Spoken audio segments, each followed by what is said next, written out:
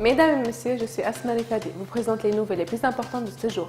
Un membre de la Chambre des représentants, Abdeslam Nassiya, a déclaré que la protection des civils, les solutions politiques, les droits de l'homme, la légitimité et les droits des migrants sont des expressions de l'hypocrisie politique et morale.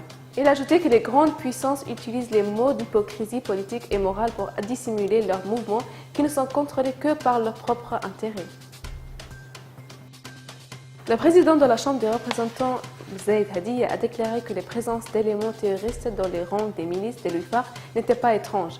Le député a souligné que le terroriste Mohamed Ben Dabdab, accusé d'avoir tué l'ambassadeur américain à Benghazi, n'est pas le seul de se battre dans le gouvernement inconstitutionnel de l'UFAR, ajoutant que l'organisation terroriste Ansar al-Sharia, connue l'organisation Daesh à tous les partisans de l'UFAR, sont financés par le gouvernement de l'UFAR avec des armes et de l'argent. Il a souligné que le gouvernement anticonstitutionnel de la réconciliation ne contrôlait pas ces milices hétérogènes qui se battaient parfois pour partager le même butin et bombardaient parfois des quartiers civils lorsque l'armée se tournait pour inciter l'opinion publique à le battre.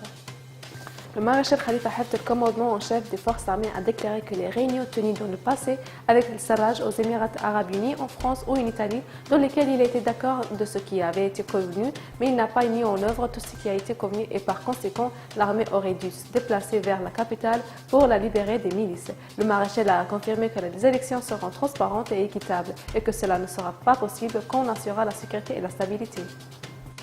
Le ministre des Affaires étrangères de la coopération internationale du gouvernement intérimaire, Abdelhadi El-Houej, a visité le bâtiment du ministère des Affaires étrangères et de la coopération internationale à Benghazi. Le bureau d'information du ministère des Affaires étrangères du gouvernement intérimaire a déclaré que lors de la visite de El-Houej a affirmé de la dernière construction, de la maintenance et de l'achèvement du projet et de sa exploitation des ingénieurs et des superviseurs à achever les travaux dans les meilleurs délais. Merci pour votre attention et au revoir.